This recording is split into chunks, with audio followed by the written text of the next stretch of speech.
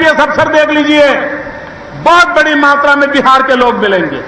इतने बुद्धिमान लोग हैं यहां। नालंदा और तक्षशिला की विरासत है, लेकिन पिछले दिनों जो लोग राज करते थे उन्होंने पूरे बिहार को तबाह कर दिया, टुकड़े फेंक फेंक करके पूरे बिहार को बर्बाद कर दिया।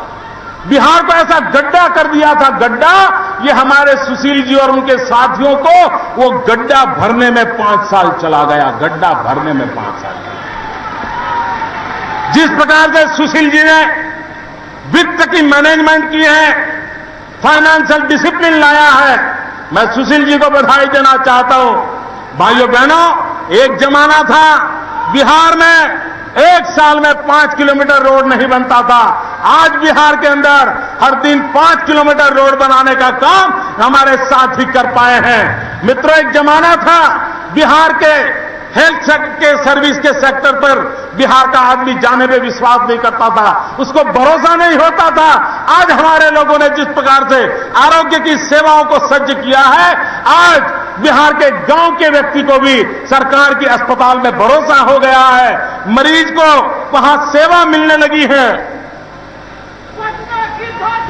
भाइयों बहन, अगर विकास का रास्ता अपनाया जाए तो हम स्थितियों को बदल सकते हैं। और इसलिए मेरे भाइयों बहनों, भारतीय जनता पार्टी की राजनीति विकास की राजनीति है। भारतीय जनता पार्टी का कमिटमेंट विकास का कमिटमेंट है। भारतीय जनता पार्टी का मंत्र विकास का मंत्र है और गुजरात ने आज उस दिशा में काम करके दिखाया है। हिंदुस्तान में जब जब सरकारों की चर्चा होती है, ये एनडीटीवी के लोग, आपने देखा होगा मुझे कितना प्यार करते हैं। अभी उन्होंने एक सर्वे किया, 37,000 का सैंपल किया और सैंपल का जो नतीजा आया, हिंदुस्तान के 5 अच्छी सरकारों का चयन किया। 5 में से 3 सरकारें बीजेपी की है, 1 नॉन बीजेपी है और सिर्फ 1 कांग्रेस की सरकार है। 1 कांग्रेस की सरकार, 4 सरकारें बिन कांग्रेसी है मित्रों। क्योंकि हमारा मकसद विकास है। हम गरीब की भलाई करना चाहते हैं।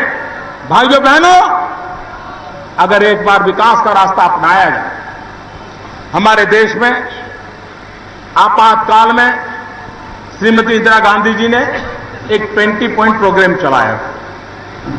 उनके स्वर्गवास के बाद भी सभी सरकारों ने उस कार्यक्रम को चालू रखा। गरीबों की भलाई का कार्यक्रम है, सब सरकारें चलाती हैं और भारत सरकार उसको मॉनिटर करती है। मैं पिछले 5 साल से लगातार देख रहा हूं, हर 6 महीने उसकी रिपोर्ट आती है। 20 मुद्दा का कार्यक्रम मूलतः इंदिरा जी ने शुरू किया था, लेकिन पहले 5 के अंदर एक भी कांग्रेस की सरकार का नंबर नहीं लगता है, एक भी यूपीए की सरकार का नंबर नहीं लगता है। या तो भारतीय जनता पार्टी की सरकारें होती हैं या भारतीय जनता पार्टी के साथी दलों की सरकार होती है, जो गरीबों की भलाई के 20 पॉइंट प्रोग्राम के इंप्लीमेंटेशन में आज नई ऊंचाइयों को लेकर के आए। भाइयों बहनों, पिछले कुछ दिनों से भोपाल के गैस की घटना की बड़ी तेजी से चर्चा चल रही है। एक के बाद एक स्केलेटन बाहर आ रहे हैं। कुछ लोगों को बचाने के लिए कैसे कैसे पाप किए गए, सीबीआई का कैसे दुरुपयोग हुआ, प्रधानमंत्री कार्यालय से लेकर के डिस्ट्रिक्ट कलेक्टर तक के ऑफिस का उपयोग कैसे हुआ, सारी बातें ये किसी विरोधी दल ने आरोप नहीं किया है। वही लोग अंदर बता रहे हैं, उन्हीं के साथी बता रहे हैं और खुल करके बाहर आ रहा है। लेकिन बड़ा ताजुब है, दिल्ली सरकार की हर एडवर्टाइजमेंट में मैडम सोनिया जी की फोटो होती है। कोई ऐसी एडवर्टाइजमेंट नहीं है जिसमें सरकारी खर्चे से कांग्रेस अध्यक्ष जी की फोटो न छपती हो। इतने महत्वपूर्ण व्यक्ति होने के बाद भी भोपाल कांड के संबंध में अब तक वो मौन क्यों है? अब तक वो मौन क्यों है? मैडम सोनिया जी, मैं आपसे कहना चाहता हूं, मैं आपसे सवाल पूछना चाहता हूं। मैडम सोनिया जी देश जानना चाहता है। मैडम सोनिया जी, ये आपका मौन तोड़ो, आपका मौन खोलो। मैडम सोनिया जी, देश को बताओ, ये भोपाल के अंदर हजारों लोगों का मौत का सौदागर कौन था? मैडम सोनिया जी देश जानना चाहता है, ये भोपाल के अंदर हजारों लोगों के मौत का सौदागर कौन था? मैडम सोनिया जी, आप अपना मुंह खोलिए, आपका मौन तोड़िए और देश की जनता को विश्वास दिलाइए, हुआ क्या था? कितनी बड़ी घटना हुई और किस प्रकार से एक दूसरे पर बॉल फेंका जा रहा है? भाइयों बहनों, अनेक सारी घटनाओं का विवरण हो सकता है। मेरे बिहार के भाइयों को कहना चाहता हूं, मेरे गुजरात में लाखों की तादाद में मेरे बिहार के भाई रह रहे हैं। उनके सुख और समृद्धि के लिए गुजरात कोई कमी नहीं छोड़ेगा, ये मैं आपको विश्वास दिलाने आया हूं। और आपने हमें जो प्यार दिया है, जो स्नेह दिया है, मैं बिहार की जनता का जितना आभार प्रकट करूं उतना कम है। मेरे साथ एक बार बोलिए, भारत माता की। दो मुट्ठी ऊपर करके पूरी ताकत से बोलो भाइयों, भारत माता की, भारत माता की, भारत माता की।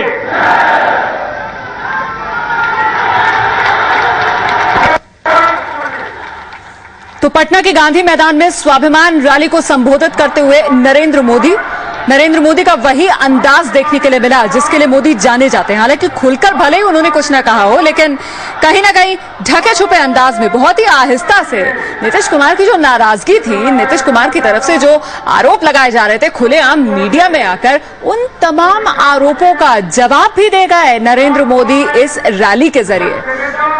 बिहार और गुजरात के रिश्तों को इतिहास में ले जाकर खोल डाला नरेंद्र मोदी ने।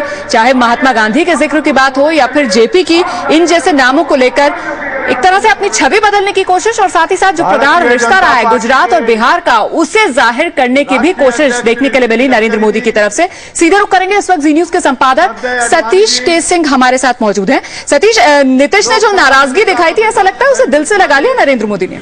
देखिए, उन्होंने आज जो पटना में ये भारतीय जनता पार्टी ने जो स्वाभिमान रैली की और उसमें नरेंद्र मोदी को खास तौर से पेश किया एक भाषण देने के लिए, उसमें नीतीश कुमार की उन्होंने जमकर धज्जियां उड़ाई। बिना नाम लेते हुए उन्होंने सुशील मोदी की तारीफ की, जो कि डिप्टी चीफ मिनिस्टर हैं।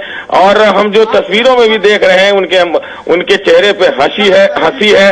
वो साफ साफ नीतीश कुमार को आज विकास की पाठ पढ़ा रहे थे कि गुजरात कितना विकसित है, तो विकास की राजनीति की बात कर रहे थे।